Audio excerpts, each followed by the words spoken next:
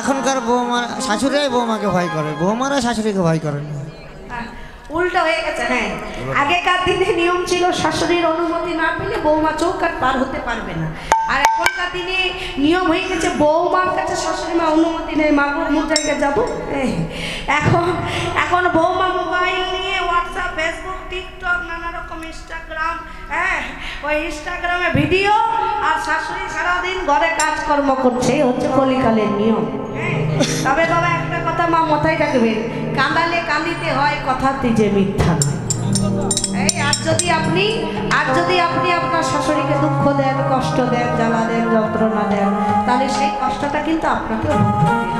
তাই আজকে যে আপনারা যারা শাশুড়ি, তারা মনে করবেন এটা আমার বৌমা নয়, এটা হচ্ছে আমার নিজের সন্তান, আমি গর্ভে ধরেছি। আর যিনি বৌমা, তিনি চিন্তা করবেন ইনি আমার শাশুড়ি মা নয়, ইনি হচ্ছেন আমার গর্ভধারিণী মা। তবে যাই বলেন না কেন, মা তো মাই। আমরা সবাই বলি যে আমি তোমার মায়ের মতন, কিন্তু মায়ের মতন আর মা কি এক জিনিস হয়? মায়ের মতন আর মা এক জিনিস কখনো হয় না। তাও বাবা চলতে হবে, কারণ নিয়ম যখন জগতের নিয়ম, আমাদের এই কপাল মানে নারী নিয়মটা আলাদা বাবা। দেখবেন কেমন আলাদা, মানে আমাদের নিজের বলতে কিছু নাই, আছে কি নিজের সব কিছু মানুষের উপরে। ঠিকই বলেছি, কিছুই নিজের বলতে নাই। যেমন দেখুন ওই মাকে বলছি, আচ্ছা মা আপনার বাড়ি কোথায়? কালীগঞ্জ। বা কালীগঞ্জ কি কোন বাড়ি?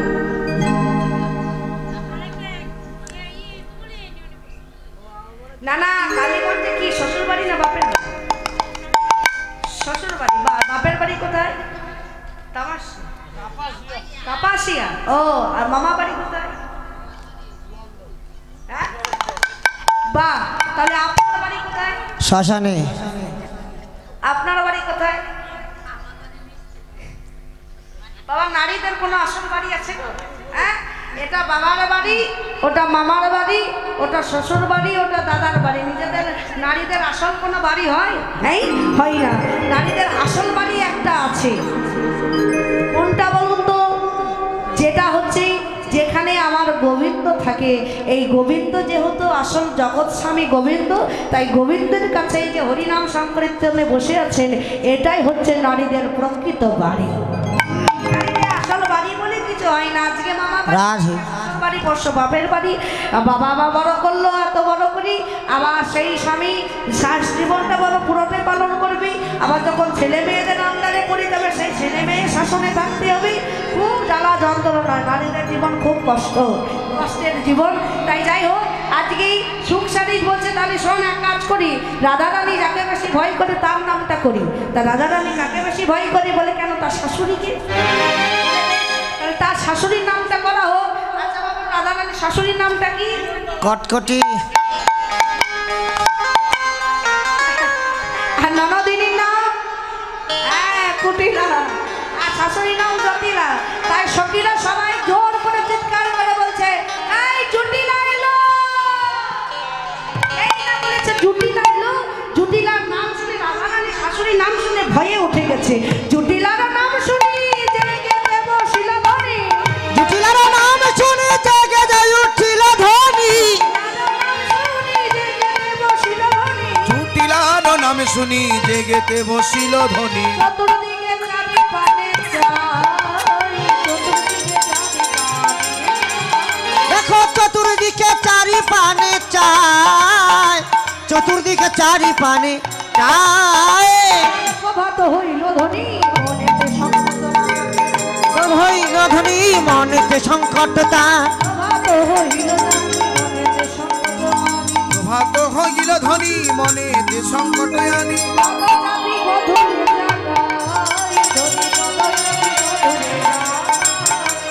পদ চাপি বধুরে জাগায়, পদ চাপি বধুরে জাগায়। এবার রাধারানী যেই না শাশুড়ির নাম প্রণাম করছে মানে চলে যাবে। এই প্রণাম করা মানে চলে যাওয়ার ধারণা। হ্যাঁ, খিদে লাগছে। আবার আসে তা শুনুন, কীর্তন সকাল সকাল কীর্তন শুনতে হবে না, দক্ষিণা দিয়ে দেবে। ওই জন্য যাচ্ছে বাবা। ভাজা মুড়িও নিয়ে আসবেন, খাই নাই তো। না না না, আসলে সকাল থেকে মায়েদের অনেক কাজকর্ম থাকে, তারপরে এখন আবার আত্মীয় স্বজন এসেছে, আসেনি এসেছে আত্মীয় স্বজন, তাদের আবার সেবা দিতে দিতে সারাদিন ঘুম যতক্ষণ ভেঙেছে ঘুমাচ্ছে ততক্ষণ ভালো আছে।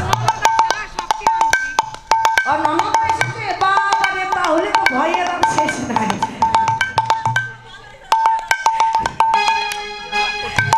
আচ্ছা আচ্ছা আচ্ছা, ঠিক আছে। তা সবাইকে নিয়েই ভালো থাকেন, সুস্থ থাকেন।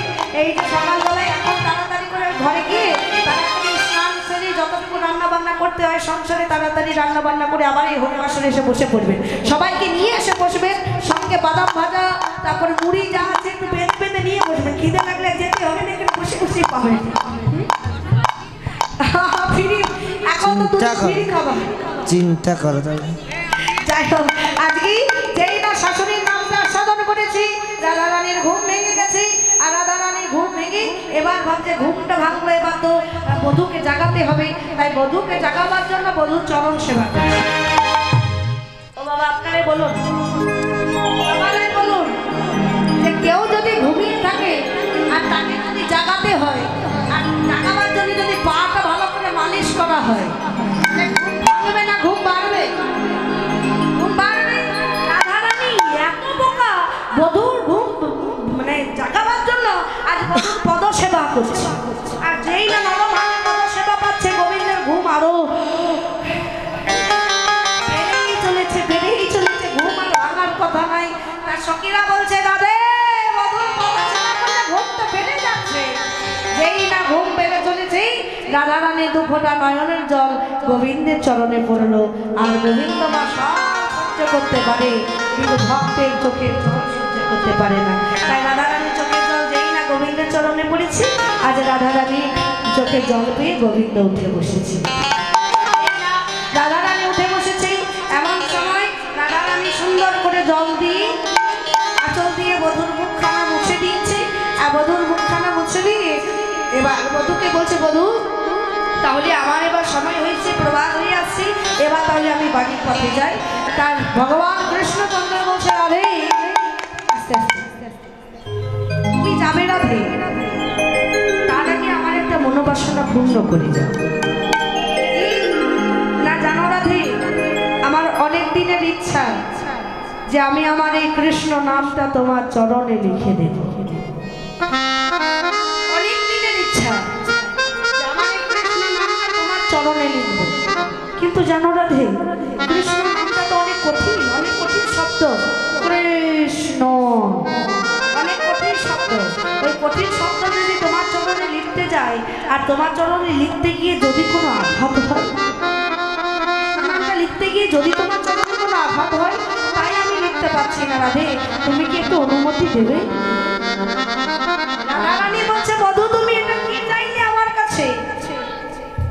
তোমার যে কৃষ্ণের চরণ পাওয়ার জন্য সকল বৃন্দাবনবাসী আকুতি বিকুতি করে থাকে, যে কৃষ্ণের চরণ পাওয়ার জন্য যোগী মুনি ঋষিরা আজকে যজ্ঞ করছে, তপস্যা করছে, আর সেই কৃষ্ণ বলছে আজকে আমার চরণে কৃষ্ণ নাম লিখে দিচ্ছে। আমার যে অন্যায় হবে, আমার যে পাপ হবে। ভগবান কৃষ্ণ বলছে, শোনো রাধে, আমি জগতে ভক্তকে বড় করবার জন্য বারবার উদিত হয়েছি। আমি ভক্তকে বড় করবার জন্য বারবার ভক্তদের ভগবান হয়েছি। কারণ ভক্ত আমার মাতা পিতা, ভক্ত আমার গুরু, তাই ভক্ত আমার নাম রেখেছে বাঞ্ছা কল্পতরু। ভক্ত আমার নাম রেখেছে বাঞ্ছা কল্পতরু। ভক্তই আমার মা, ভক্তই আমার বাবা, ভক্তই আমার গুরু। তাই তুমি আমার ভক্ত, তাই তোমার চরণে আমার কৃষ্ণ নাম লিখে দিতে আমার একবার বাধবে না। কিন্তু জানো, এই কৃষ্ণ নামটা কঠিন বলে লিখতে পারছি না। তাই আজকে তুমি একটা কাজ করো রাধে, আমি আলতা দিয়ে কৃষ্ণ কৃষ্ণ কৃষ্ণ মাটিতে লিখতে লিখতে যাব। আর তুমি কি করবে, ওই আলতা করে পা দিয়ে দিই, তুমি সেই কৃষ্ণ নামের ওপর হেঁটে হেঁটে চলে যাবে। তাহলে ওই কৃষ্ণ নামটা তোমার চরণে উঠে যাবে। এই কথা বলেছে। রাধা রানীকে সুন্দর করে গোবিন্দ আমার সাজিয়ে দিয়েছি। সাজানোর পর সেই কৃষ্ণ নাম আজকে মাটির মধ্যে লিখতে লিখতে, কৃষ্ণ কৃষ্ণ লিখতে লিখতে যাচ্ছে। আর রাধা রানী কৃষ্ণের উপরে আজ চলতে চলতে কৃষ্ণ নামটা রাধারানীর চরণে ওঠে। আপনারা সবাই জানেন, জানেন কিনা জানি না, যখন রাধারানী মান করেছিল, মানে চন্দ্রাবলীর কুঞ্জে যখন ভগবান কৃষ্ণ যখন গেছিল, বাসর সাজিয়ে বসে আছে রাধারানী, আর রাধারানীর বাসরির আগেই, বাসরসজ্জার আগেই চন্দ্রাবলীর কুঞ্জ ছিল।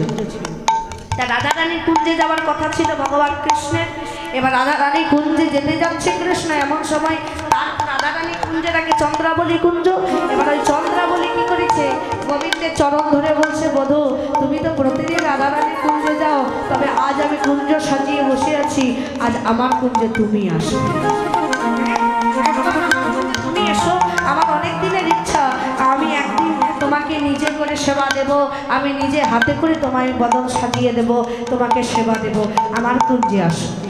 এইদিকে বাবা যখন কুঞ্জে সেই কৃষ্ণ যখন ভক্তের অনুরোধ না লিখে যখন চন্দ্রাবলী কুঞ্জে গেল, এবার ওই চন্দ্রাবলী কুঞ্জে সারা নিশি থেকে গেছে।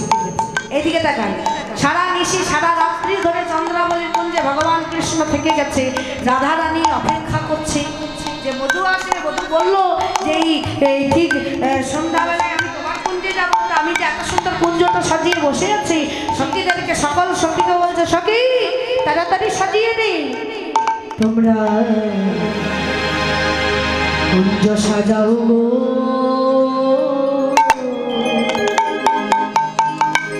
আজ আমার প্রাণ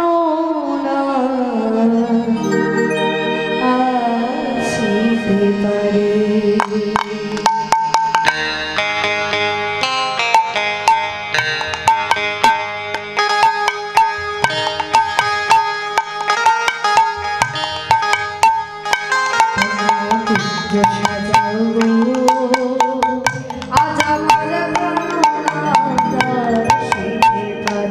তোমরা কুঞ্জ সাজাও গো, আজ আমার প্রাণ নাথ আসিতে পারে।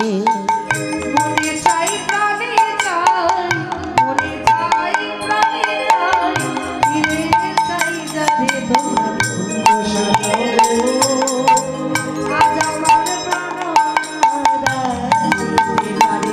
উলো ধরে দিয়ে কুঞ্জ সাজাও গো, আজ আমার প্রাণ নাথ আসিতে পারে। মনে চাই প্রাণে চাই, মনে চাই প্রাণে চাই, দিলে চাই যারে তোমরা কুঞ্জ সাজাও গো, আজ আমার প্রাণ নাথ আসিতে পারে। তোমরা কুঞ্জ সাজাও গো, আজ আমার প্রাণ নাথ আসিতে পারে।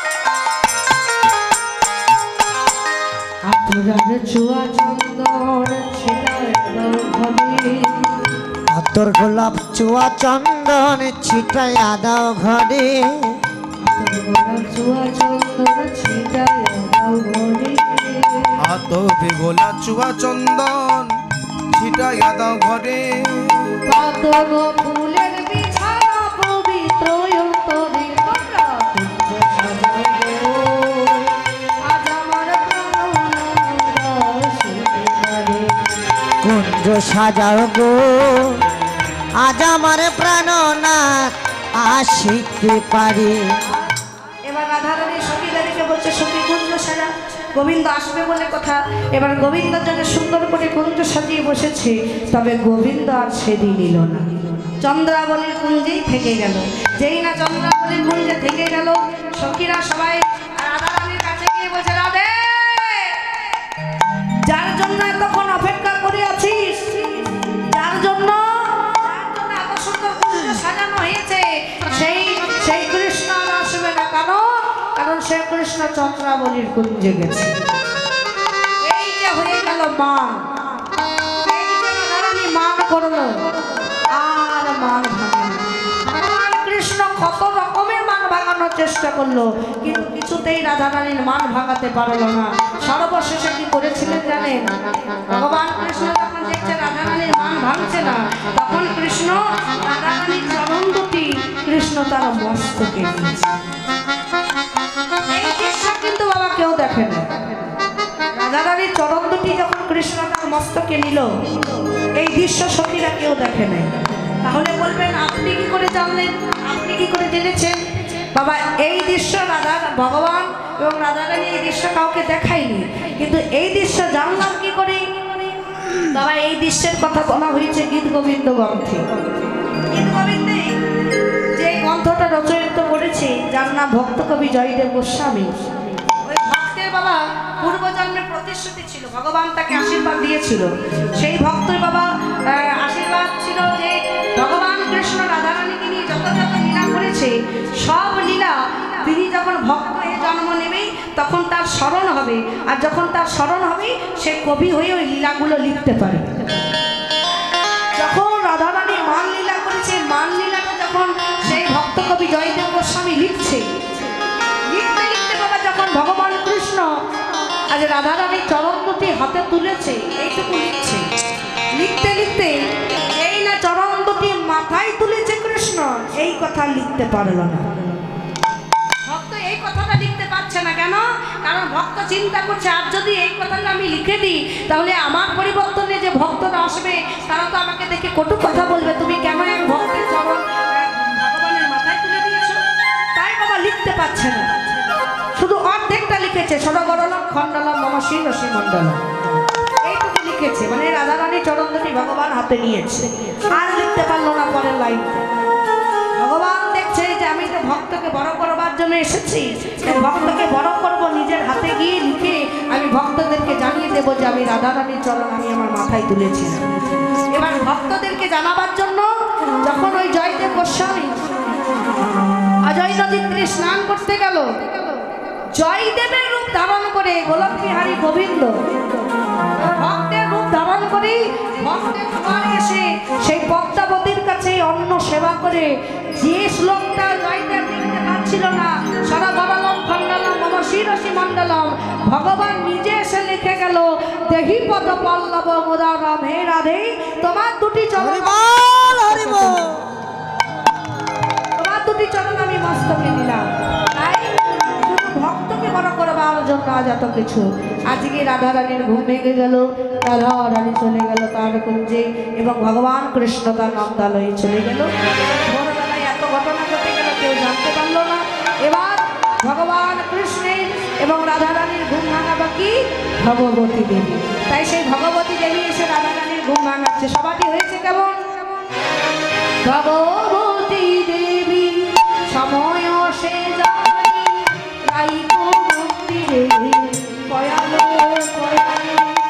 ভগবতী দেবী সময় সে জানি, রাইকো মন্দিরে কয়ল পয়ানে। ভগবতী দেবী সময় সে জানি, রাইকো মন্দিরে কয়ল পয়ানে। ভগবতী দেবী সময় সে জানি, রাইকো মন্দিরে করল পয়ানি। সুতলি দেখলি অতি বিপরীত, গুরুজন তলে দেখিনু অতি বিপরীত, গুরুজন বচন লয়ে নামা ভীত। সুতলি দেখলি অতি বিপরীত, গুরুজন সুতলি দেখলি অতি বিপরীত, গুরুজন বচন লয়ে নামা ভীত। দেখো দেখো ধ্বনি প্রভাত হয়েছে, দেখো দেখো ধ্বনি প্রভাত হয়েছে, দেখো দেখো ধ্বনি প্রভাত হয়েছে, দেখো দেখো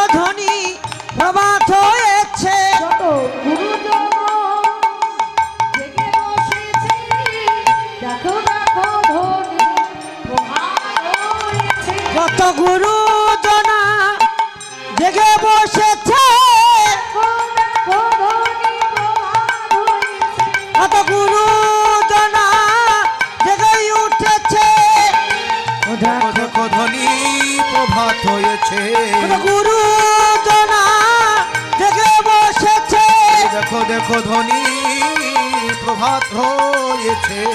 গুরুজনা জেগে বসেছে, ধ্বনি প্রভাত হয়েছে, গুরুজনা বচন হয়েছে। দেখো দেখো ধ্বনি প্রভাত হয়েছে, গুরুজনা জেগে উঠেছে। দেখো দেখো ধ্বনি প্রভাত হয়েছে। এবার আজকে যেই না রায়ধনীকে দেখেছি আজ রায়ধনীর স্পর্শে যেই না করে স্পর্শ করে ভগবতী স্পর্শ করেছে, ভগবতী স্পর্শ পেয়ে রায়ধনীর ঘুম ভেঙে গেছে। যেই না রায়ধনীর ঘুম ভেঙেছে আজকে চমকেটে উঠিল ধ্বনি থরহরি কাপি পিত বসনে তনু সব তনু ঝাঁপি। আজকে রাধারানী উঠে বসেছি, যেই না রাধারানী উঠে বসে ভগবতী দেবীকে দর্শন করেছে। বলে হে ভগবতী দেবী, আজ প্রভাতকালে যখন তোমার মুখ দর্শন করলাম যেন আজ সারাদিন তোমার চরণ সেবা করতে পারি, আর সারাদিন যেন তোমার চরণ সেবা করতে পারি, এই মনোবাসনা নিয়ে রাধারানী বসে আছে। এইদিকে ভগবতী দেবী দেখছে যে এবার ভগবান কৃষ্ণকে উঠাতে হবে, তাই নন্দালয়ে গিয়ে কৃষ্ণকে উঠাচ্ছে। সবারই হয়েছে কেমন? ভগবতী দেবী সরমাঝে বসি, দেবী সময় মাঝ বসি, ভগবতী দেবী ঘন মাঝে বসি। আরে শয়নে দেখিয়া কানা, গায়ে হাত দিয়া তারে জাগায় করালো সাবধান, গায়ে হাত দিয়া তাহারে জাগায়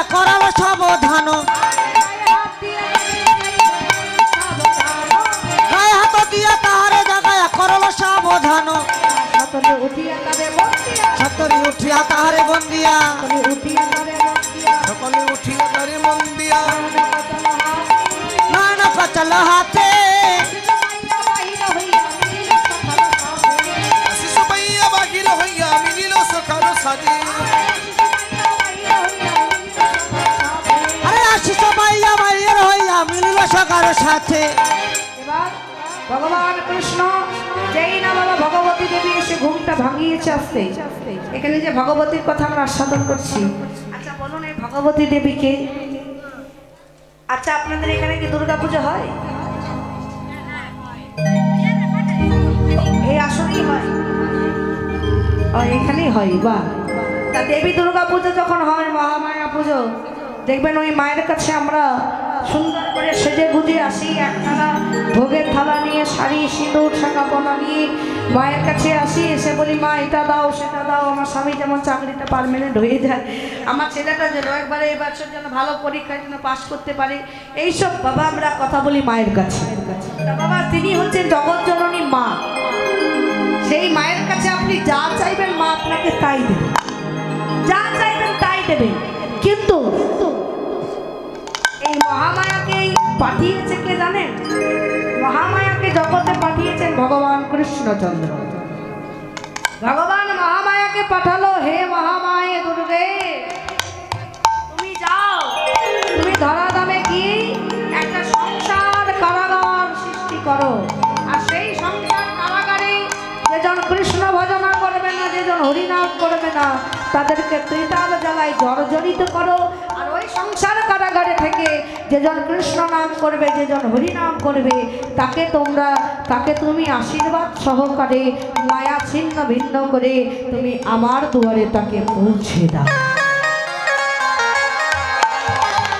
যেজন সংসারে কারাগারে থেকে আমার হরিনাম কৃষ্ণ নাম করবে না, তাদের মায়ায় জর্জরিত করে, তিতাব জ্বালায় জর্জরিত করে রাখো। আর যেজন সংসার কারাগারে থেকে আমার কৃষ্ণ নাম হরিনাম করবে, তাদেরকে তুমি মায়া জাল কাটিয়ে আমার দুয়ারে পৌঁছে দেবে।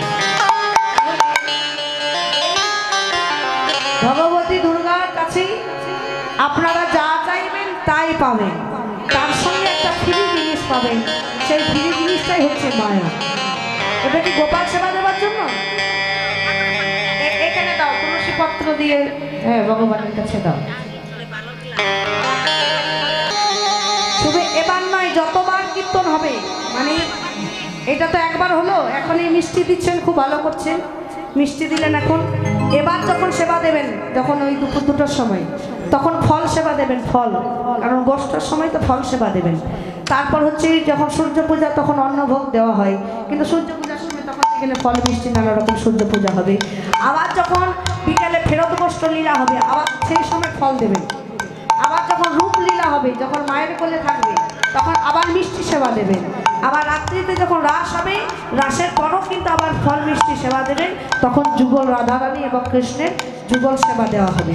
যতবার কীর্তন হবে ততবার কিন্তু এখানে ভোগের থালা কিন্তু নামানো থাকবে। কীর্তনিয়ারা নিজে এসে গোবিন্দের সেবা দেবে। যখন কীর্তন শেষ হয়ে যাবে, কীর্তনের শেষে গোবিন্দের সেবা দিয়ে কীর্তনটা সমর্পণ করবে। এই সবারই গোবিন্দের সেবা হবে, শুধু এখানে, ওখানে যা হবে হবে, তবে এখানে কীর্তন যাবার চলবে, তখন সেবা হবে। যাই হোক, আজকে এই যে মহামায়া দুর্গী, এই মহামায়া দুর্গের কাজ হচ্ছে সংসার কারাগারে থাকে। আর এই মহামায়ার আরেক রূপ হচ্ছে বাবা যোগমায়া। এই যোগমায়ার কাজ কি? এই যোগমায়ার স্মৃতি প্রতিদিন সবসময় আমার ভগবান কৃষ্ণের কাছাকাছি থাকে। মানে রাধা রানীর সঙ্গে কৃষ্ণের যতবার মিলন করিয়ে দেয় ওই যোগমায়া।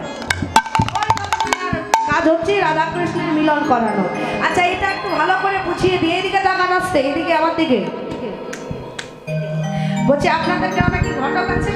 না, ঘটক নাই?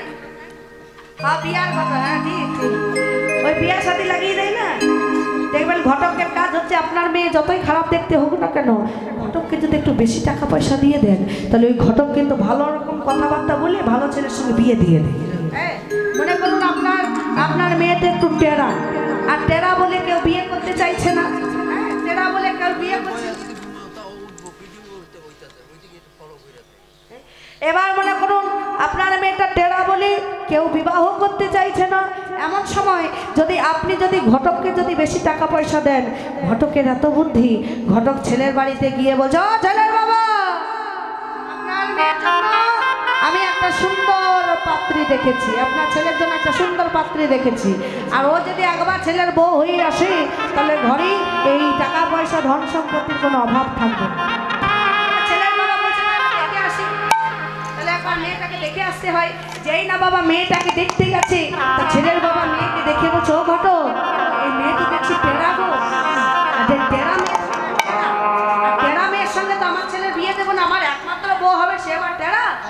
ঘটকের এত বুদ্ধি, টাকা খেয়েছে তো, ঘটক বুদ্ধি করে বলছে, শোনো ও ছেলের বাবা, একে টেরা বলে না, একে বলা হয় লক্ষ্মী টেরা। এই মেয়ে যদি আপনার বাড়িতে যায়, এই মেয়েদের লক্ষণ হচ্ছে খুব শুভ, লক্ষ্মী টেরা। যদি আপনার বাড়িতে যায়, টাকা পয়সা ধন সম্পত্তির কোনো অভাব থাকবে না। আমাদের ইহ জগতে ঘটকের কাজ একটা ছেলের সঙ্গে মেয়ের মিলন ঘটিয়ে দেওয়া, বিয়ে দিয়ে দেওয়া, এটা হচ্ছে ঘটক। ঘটক ছাড়া কোনোদিন কোনো কাজ হয় না। আর ভক্তের সঙ্গে ভগবানের মিলন করিয়ে দেয় আরেক ঘটক, ভক্তের সঙ্গে ভগবানের মিলন করিয়ে দেয় আরেক ঘটক। যে ঘটকের নাম হচ্ছে গুরুদেব। হচ্ছে ভক্তের সঙ্গে ভগবানের মিলন করানো।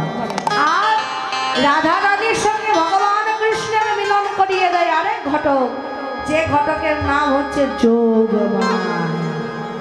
যোগমায়ার কাজ হচ্ছে রাধা রানীর সঙ্গে ভগবানের কৃষ্ণের মিলন করিয়ে দেওয়া। তাহলে বাবা, এই যোগমায়াটাকে না দেবী দুর্গার মহামায়ার আরেক যোগমায়া। তা যোগমায়া কি করে এলো, কেন বা এলো, আজকে একটু ভালো করে শ্রবণ করছি। এই যোগমায়াটি কি না, দেবী দুর্গা যখন ত্রেতা যুগে শ্রী রামচন্দ্র সীতাহারা হয়েছিল, যখন মা সীতাকে রাবণ হরণ করে নিয়ে যায়, মা সীতাকে যখন রাবণ হরণ করে নিয়ে যায় মা, তখন দেবী দুর্গা আর বাবা ভোলানাথ এক আসনে বসে আছে। এমন সময় মা আমার ভোলানাথকে বলছে, স্বামী দেখো না স্বামী, প্রভু রামচন্দ্র কেমন ভাবে হাসিতা হাসিতা হাসিতা বলতে বলতে পাগলের মতো ছুটে বেড়াচ্ছে। তা স্বামী, আমি কি একবার যাব প্রভু রামের মনে একটু আনন্দ দিতে? পারবে? ভোলানাথ বলছে, পারবে তুমি? বলে, হ্যাঁ নিশ্চয়ই পারবো, একবার আমি যাই না, প্রভু রামের মনে একটু আনন্দ দিয়ে আসি। বলে, বেশ তাহলে যাও।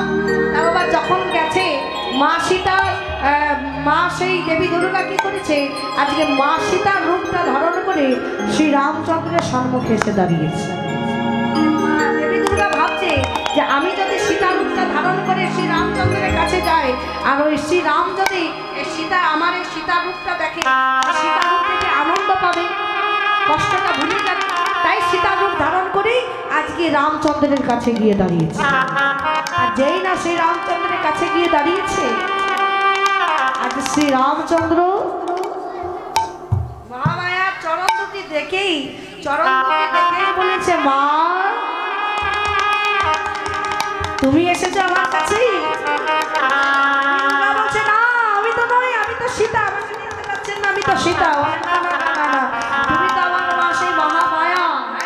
তুমি এসেছো আমার কাছে কেন? কেন এলে?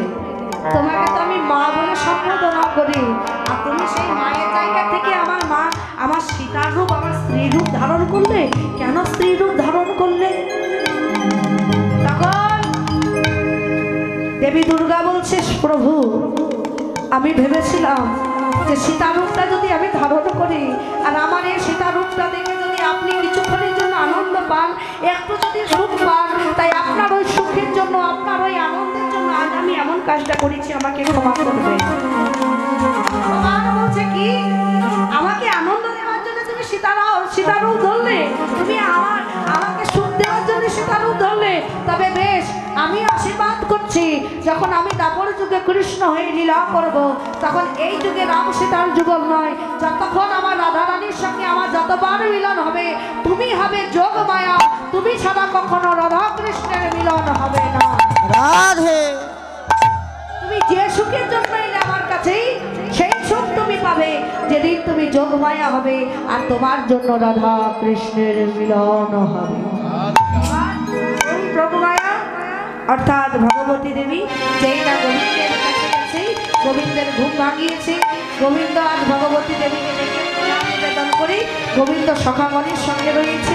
আর এইদিকে এবার রাধা রানী তার স্বতন্ত্রী সখীগণের কাছেই মনের কথা খুলে বলছে। স্বতন্ত্রী সখী কারা? মা, আমাদের এই যুগে কিন্তু কেউ স্বতন্ত্রী সখী নয়। স্বতন্ত্রী সখী মানে হচ্ছে যাদেরকে পেটের কথা খুলে বলা হয়। এই কলিকালে যাকে আপনি আপনার পেটের কথা খুলে বলতে যাবেন, সেই দেখবেন আপনার ওই পেটের কথাটা সারা দিকে প্রচার করে দিয়েছে। এই যুগে কি আসল বন্ধু কেউ আছে? এখন বন্ধু কেউ নাই। যতদিন বন্ধুদেরকে এখন পকেটে দুটো টাকা থাকবে, বন্ধু সবাই হবে, কিন্তু যেদিন পকেটে আর টাকা থাকবে না, সেদিন আপনার কাছে কেউ আর আসবে না বাবা, কেউ আর আসবে না, কেউ আর বন্ধু হবে না। তাই স্বতন্ত্রী কারা? যাদের কাছে রাধা রানী প্রেম ভালোবাসার কথা প্রকাশ করে, আর সেই স্বতন্ত্রী হচ্ছে শ্যামলা, বিমলা, বলা, মঙ্গলা। তাই শ্যামলা বিমলা আজকে রাধা রানীর সম্মুখে এসে দাঁড়ালো। সবাটি হয়েছে কেমন? আহা শ্যামলা বিমলা, অমলা আইলো রাধার কাছে। ওরে শ্যামলা বিমলা,